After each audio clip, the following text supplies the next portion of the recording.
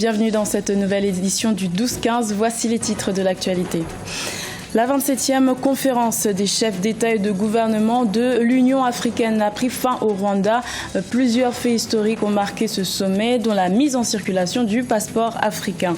Également dans l'actualité, la Côte d'Ivoire aurait la meilleure croissance économique subsaharienne en 2016, des prévisions issues du dernier rapport de la Banque mondiale. Et puis, les huitièmes de finale de la Coupe du Mali se sont joués ce dimanche 17 juillet 2016.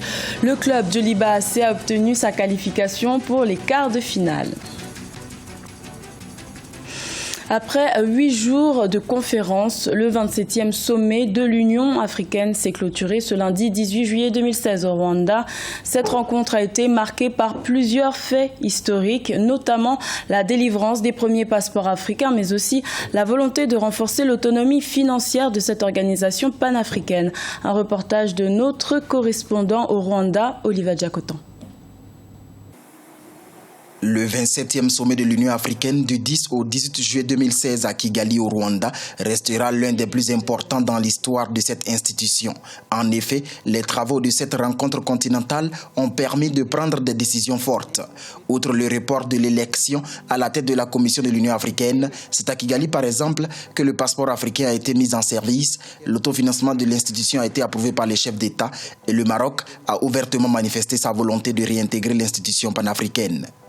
Le sommet de Kigali a été un test de grandeur nature de notre volonté commune de transcender les pratiques du passé et d'envisager le futur sous l'angle de l'action et de l'efficacité. Je me félicite de tous les actes forts et exemplaires de nos assises. L'Éthiopie sera le prochain pays hôte du 28e sommet de l'Union africaine en janvier 2017 à Addis Abeba. La jeunesse sera au cœur des discussions. Plus de la moitié de la population du continent est jeune et cette frange de la population veut saisir cette occasion pour aborder les questions importantes pour son rayonnement. Les jeunes ont besoin des actions concrètes parce qu'ils ne sont plus patients de voir que des signatures, de voir que des résolutions, mais plutôt la jeunesse africaine demande un peu des actions plus concrètes de la part des dirigeants, notamment l'initiative qu'on est en train de pousser, de mettre en place un fonds africain pour le développement de la jeunesse qui peut nous permettre de financer les jeunes entrepreneurs, donner des petits microcrédits aux jeunes, surtout dans les milieux ruraux.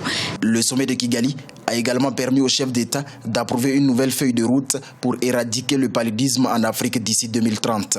Soulignons que Dlamini Zuma et Paul Kagame ont reçu des prix pour leur engagement dans la promotion de l'égalité du genre et de la jeunesse lors de ce 27e sommet. La Côte d'Ivoire serait la première puissance d'Afrique subsaharienne en termes de croissance économique en 2016. C'est du moins la prévision faite par la Banque mondiale dans son dernier rapport de juillet 2016. Le taux de croissance de l'économie ivoirienne s'établirait à 8,5%, une performance encourageante après la crise électorale de 2011 qui a fortement affecté l'économie du pays. Birama Saounera. La Côte d'Ivoire affiche des perspectives macroéconomiques positives. Selon le dernier rapport de la Banque mondiale paru en juillet 2016, l'économie ivoirienne devrait enregistrer une croissance de 8,5% en 2016. Cette prévision est inférieure à celle annoncée par le gouvernement ivoirien en janvier 2016, qui était de 9,8%.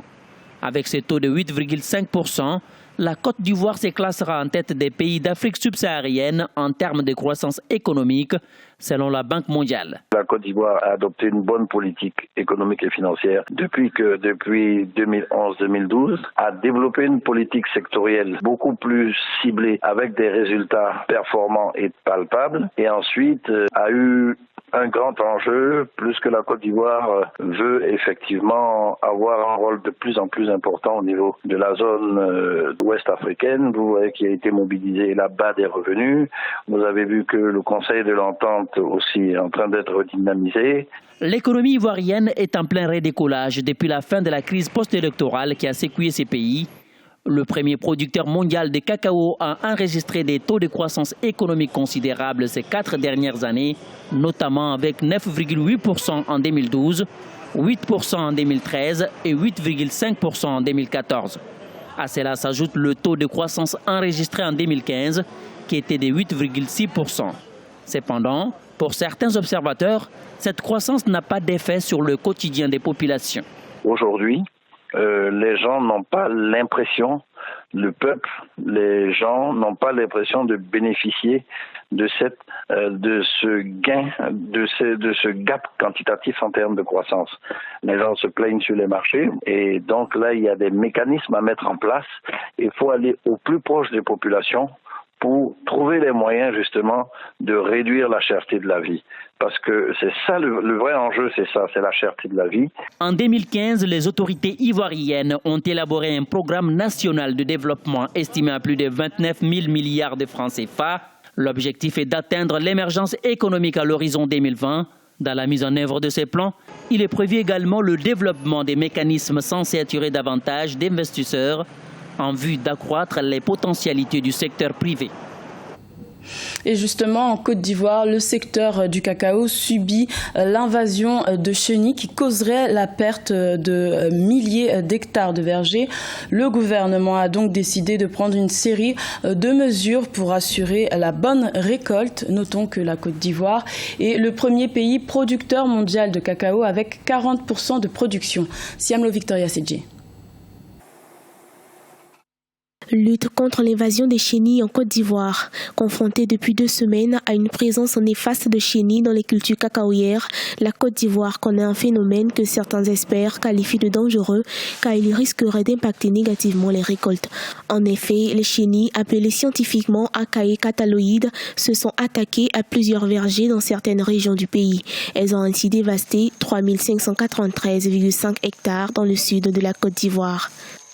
Elle commence par les jeunes feuilles. Et ce qui est aussi vraiment frappant, c'est qu'elle n'épargne rien. Toutes les cultures qu'elle trouve dans le champ, elle bouffe. Elle commence à bouffer de l'en haut jusqu'en bas. Donc on rentre dans le champ, c'est comme il y a des gouttes de pluie qui sont dans le champ, ça fait bec.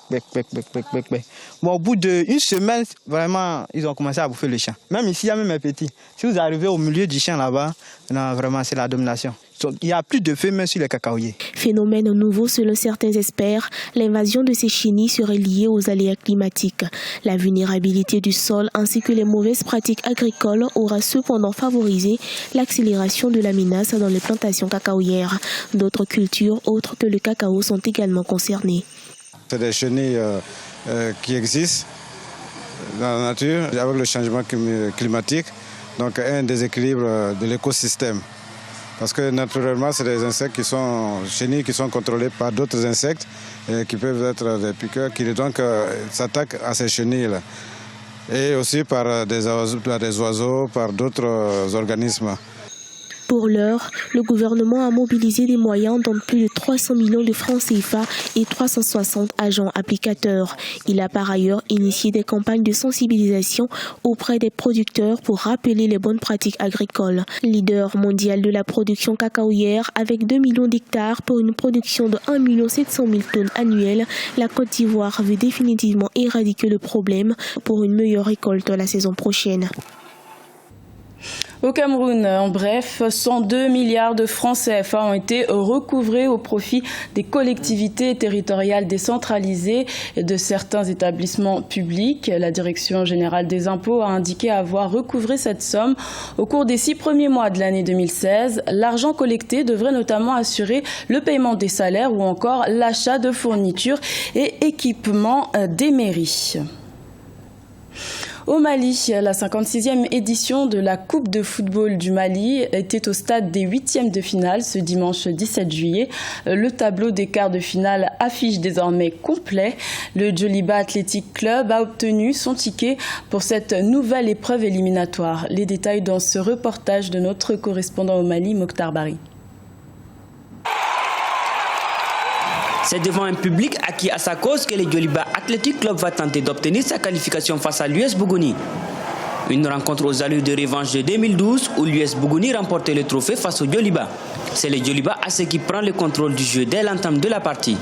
Une domination qui s'avère payante à la 18e minute par Lassina Diarra. Le Djoliba accentue sa domination et corse l'addition à la 36e minute par Cheikh Nadia Kité.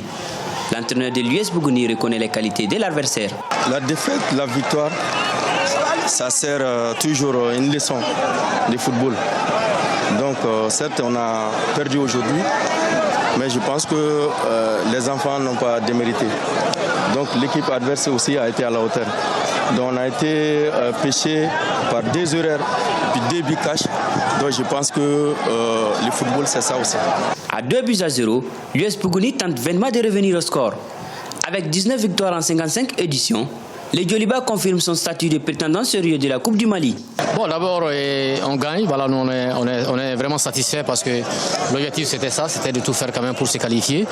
Et on parvient à le faire. Mais après, vous savez, un match de football, c'est souvent compliqué. Hein. Réellement, le joueur joue sur un rythme en première mi-temps où c'était vraiment intense. Et forcément, en deuxième mi-temps, il y a forcément un baisse de régime. Le Djoliba AC rejoint l'AS Police tombeur de son grand rival et détenteur du trophée, le Stade malien. L'autre surprise est venue de Ségou avec la qualification de l'Office du Niger Sport face à l'USC de Kita. Les tirages au sort des quarts de finale se dérouleront cette semaine. C'était le journal de la rédaction. Merci de l'avoir suivi. L'information continue sur Africa 24.